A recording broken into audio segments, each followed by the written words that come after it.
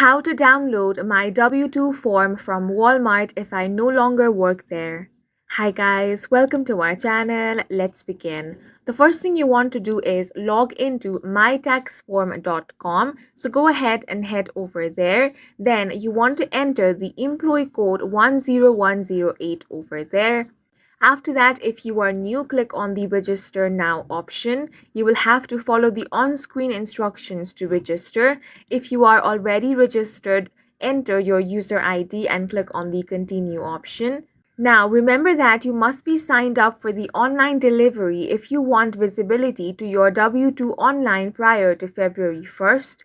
Sign up is not required to access your W-2 online after that date.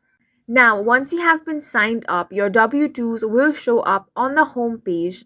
Then from there you can download the form, then print or email it, or you can mail a paper copy to your home.